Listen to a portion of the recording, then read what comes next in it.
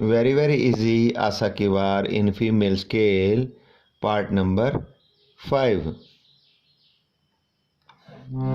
आसा महला चौथा।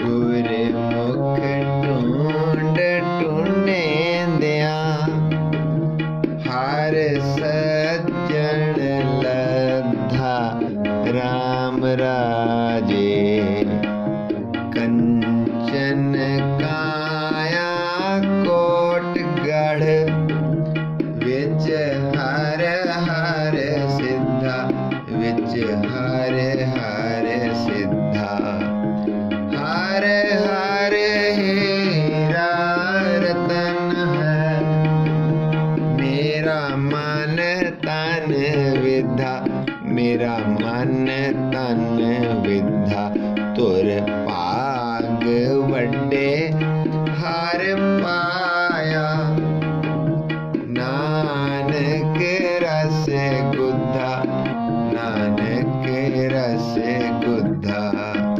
श्लोक महला पहला।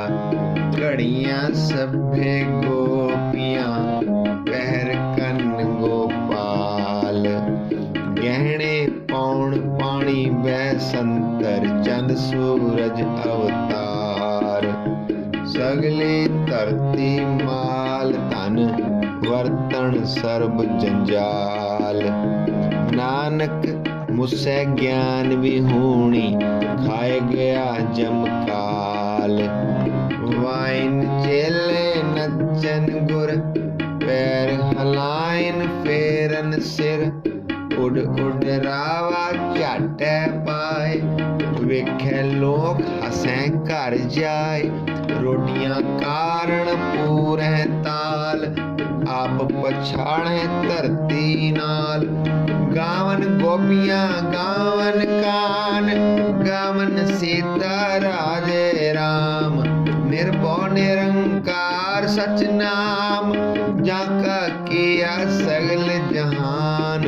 सेवक सेवै कर्म चढ़ाओ पिन्नी रैण जिना मन चाओ। सिखे सिखिया गुरु विचार नदरी कर्म लंघाए पार।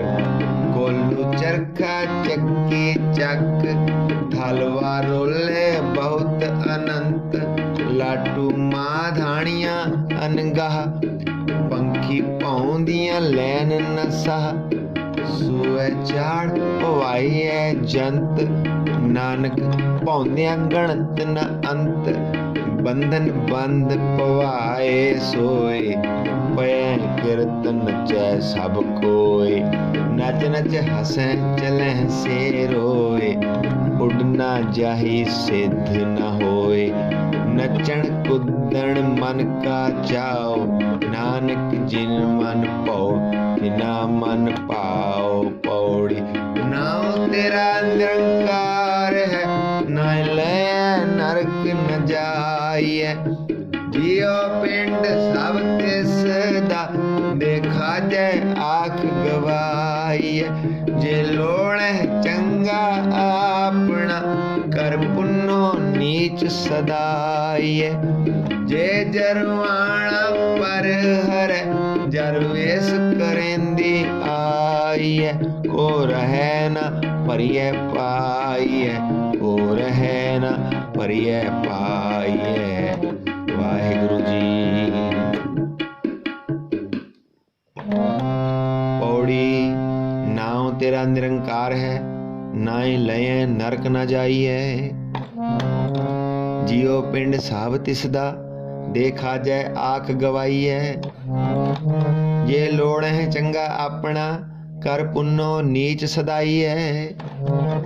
जे जरवाना पर हरै जरवेश करेंदी आई है।